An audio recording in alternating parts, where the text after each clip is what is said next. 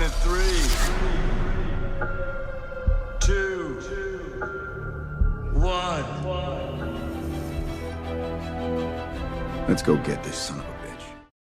Hi everyone, it's Charlie. This is going to be my Avengers End Game full review. Hopefully you've had a chance to see the movie. Everything we've been doing the last 10 years in this universe has been building to this. So we got to talk about everything, about these character arcs, how we feel like they left these characters, how well their character arcs work in general, how well the movie works just as a movie by itself, because it is a crazy big movie. There is so much stuff going on during this. Be sure to subscribe to get all the Marvel videos. It's only going to get crazier leading up into Spider-Man Far From Home at the beginning of July. So there's going to be a lot of Marvel stuff happening between now and then. We'll do a new round of the Infinity Gauntlet giveaway. All you have to do to enter that is be a subscriber and leave an Avengers comment on the video. Obligatory spoiler warning, careful for spoilers for Avengers End Game if you have not seen it yet, because we'll be talking about very specific parts of the movie. So here we go, Avengers End Game. Part of the story is the end. Every story has an end. That's why Kevin Feige said that the biggest idea that they had for this movie is wouldn't it be revolutionary for superhero movies if we actually had an end to their story? Whereas in the traditional comic book genre, what you'll find is they'll just reboot titles when they bring on new artists, or they'll have a big universe reboot when they feel like things aren't working or people aren't really interested in the stories that they're telling anymore. Like, we're bringing in a bunch of new artists, we're just going to wipe the slate clean and pretend like all the things that happened to these characters did not happen. We're going to start fresh from square one, where they really can't do that with the movies. Like, you have actors that are slowly aging out of their characters, people like Chris Evans that are ready to stop playing their characters. So how do you give them an ending to their story that feels definitive and feels like the right ending,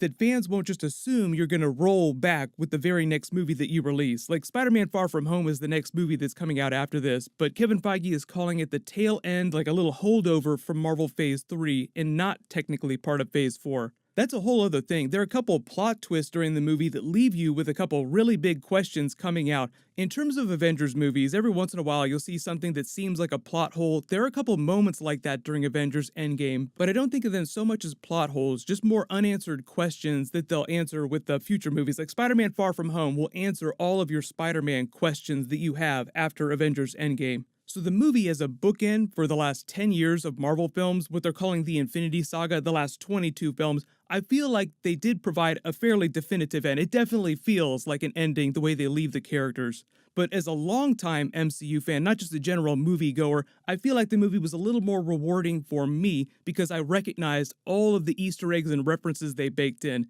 There are a lot of moments during the film when they're jumping around to different points in the other movies from the MCU where people might not recognize references. Like, why is the audience laughing so much when Captain America makes this very specific reference? There are even references to deleted scenes from other Marvel movies that people wouldn't recognize unless you're a hardcore Marvel fan and you actually watch all the deleted scenes and bonus features from every single Marvel movie. So as an audience member going to see a movie, your mileage will vary depending on how long you've been a Marvel fan and how deeply you've been a Marvel fan.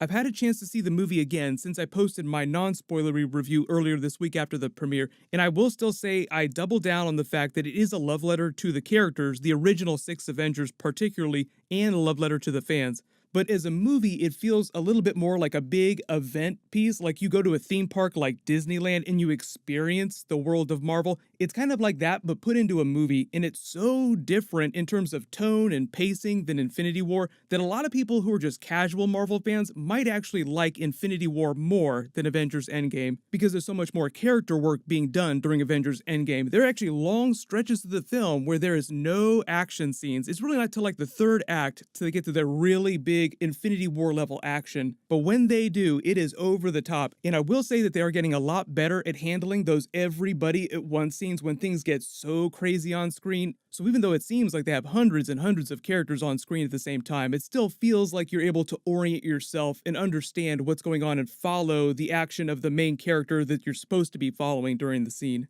So here's where we got to get really specific about the characters, talk about their arcs, how we feel like they left them off. So we'll say careful for spoilers one more time because we'll be talking about the endings of these characters, starting with Captain America. One of my biggest surprises of the film is that they did not kill Captain America because Chris Evans had been talking about leaving the character for so long. Like, he wanted to just go off and do other things. Before the film came out, the Russos are like, well, you know, Chris Evans might not be playing Captain America anymore, but he might not be completely done in the MCU. You'll understand what that means after the film comes out.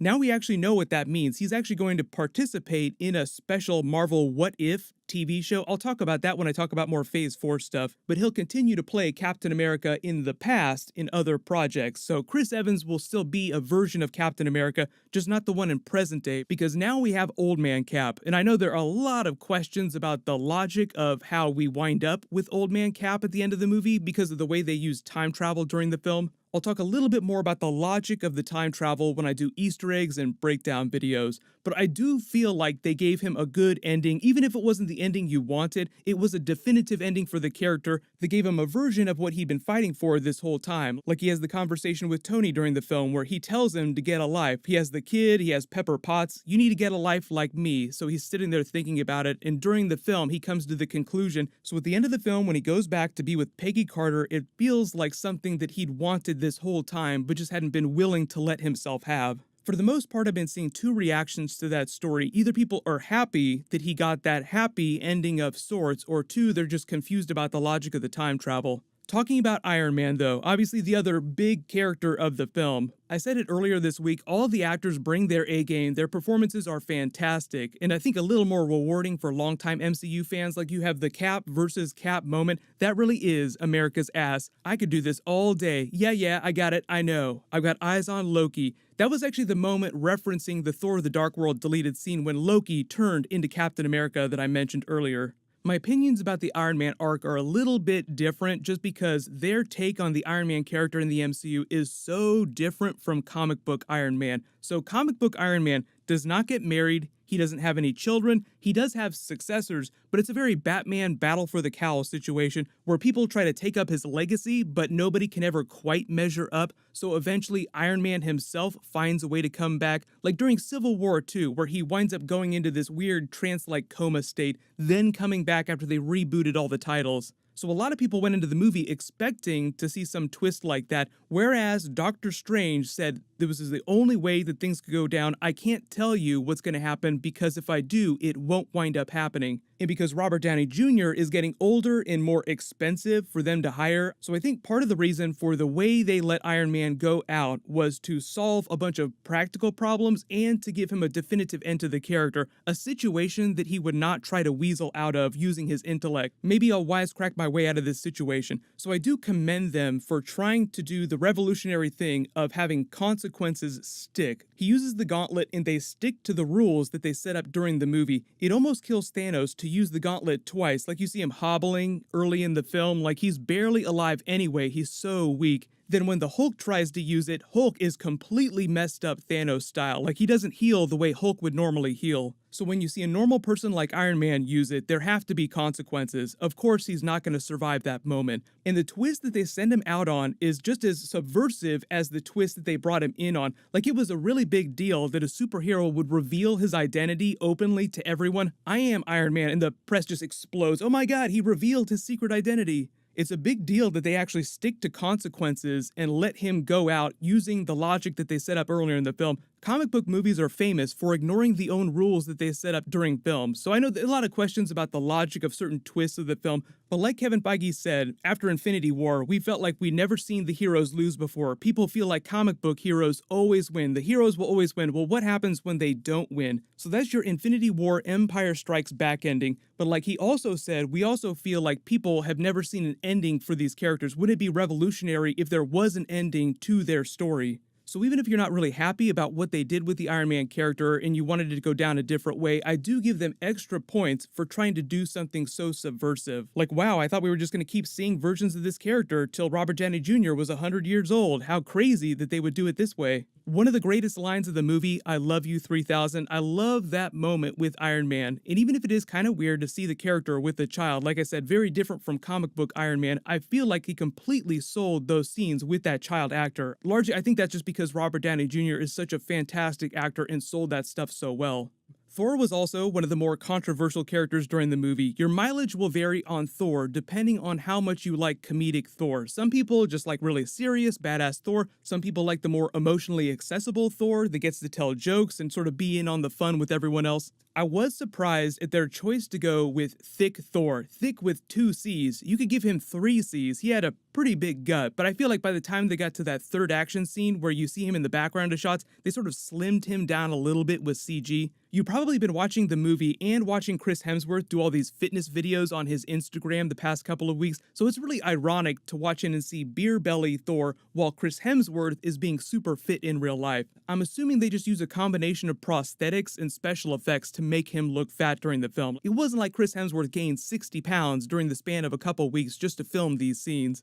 I'm really excited about the idea of Asgardians of the Galaxy in future movies. I get what they were going for with his character. They wanted him to be just completely dejected, depressed, not being able to deal with what happened during the movie, not getting past his grief. I loved all the scenes that he got with his mother. Obviously, I loved all the action scenes towards the end of the film where he's dual wielding, and then we'll talk a little bit more about that when I talk about the big action scenes, because some of the big twists, like the one with Thor's hammer, was things from the comics that we've been waiting for this whole time. So the movie tried to pay off a lot of things that have been happening, they've been setting up for the past 10 years. So that's why it feels like more of a big event for the fandom instead of just a traditional movie. So I will rank this with my top 5, maybe top 10 Marvel films at the end of this. I was a little upset about what they did with the Hulk during the film. I love Professor Hulk. Mark Ruffalo is great as Professor Hulk, just like a very chatty, more emotionally accessible version of the character, because remember, it's a blending of both of their personalities, so you get the mind of Banner, but he also gets some of the baser instincts of the Hulk,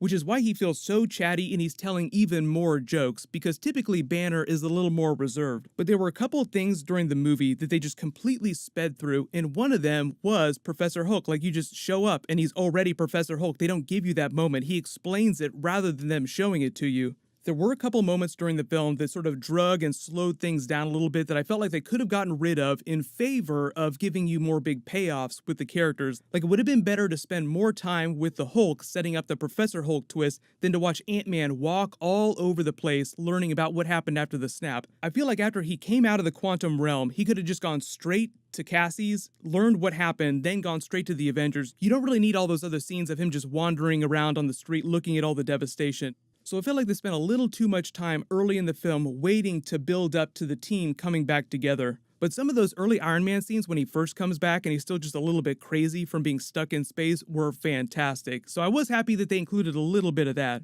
The Black Widow Hawkeye stuff during the film, probably the best scenes that we've gotten with those characters in the last 10 years. Their emotional arc during the film was great. Scarlett Johansson, some of her best Black Widow, especially early in the film, and then when she and Hawkeye are arguing about who's gonna take the hit so that they can get the Soul Stone, that was perfect, and thankfully Hawkeye was not a joke during the film. There are a lot of Hawkeye Easter eggs that we'll talk about because he has that Marvel Phase 4 TV show that's coming up that I think that they were seeding during this. All the cameos were great. I love the Stan Lee cameo. Make love, not war. The funny thing is they dressed him up to look like real-life 70s Stan Lee, because Stan Lee was very active during that period. The early 70s was when he transitioned from working on regular comic books every week to becoming the Marvel publisher. And Joe Russo's cameo was a big surprise too. Jim Starlin also within the same breath. Like, you're on Joe Russo, then boom, Jim Starlin also in that same support group. I know there are a lot of questions about the logic of some of the twists, like they've sent some characters out in a very definitive way, but then characters from the past come back into present day, so technically you still have some versions of characters running around, so why then couldn't they go into another timeline and grab a past version of Iron Man and Black Widow and bring them into present day?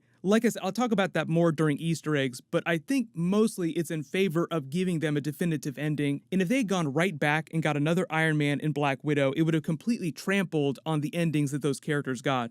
I was fine with the way that they handled time travel, but you need to understand that they're going with Dragon Ball Z Future Trunks time travel rules. They're not going with Back to the Future or Terminator rules. Every time they go back into the past and change something, it only creates another timeline. It does not change their future. So the future that they go back to will always be the same.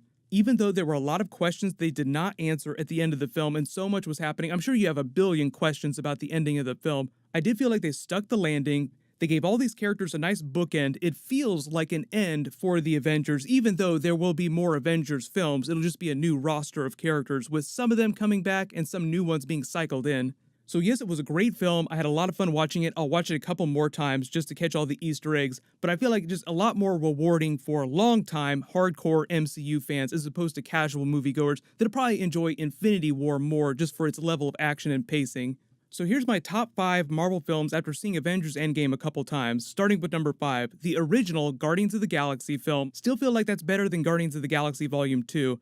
4. Avengers Infinity War. 3. Avengers Endgame. 2. The original Iron Man movie. There'd be no MCU if there was no successful Iron Man. I am Iron Man. They even send him off on that very iconic moment. And then 1. My favorite is still Winter Soldier, which they reference so many times during the film. So many of the moments, even when they were in 2012, were referencing Winter Soldier moments. Hail Hydra. Does anybody want to get off this elevator? So once you have a chance to see the movie, or if you've already seen it, just let me know where you rank this movie with your other Avengers films, your favorite moments, what you thought about it. What'll happen is I'll name a giveaway winner when I post my breakdown Easter egg stuff happening this weekend, so more Avengers Endgame videos coming in the next couple of days. While you wait for everything, click here to learn about the next Thor film, Chris Hemsworth talking about Thor 4, and click here for my Game of Thrones Season 8 Episode 3 trailer video. Thank you so much for watching. I love you 3000. I'll see you guys tonight.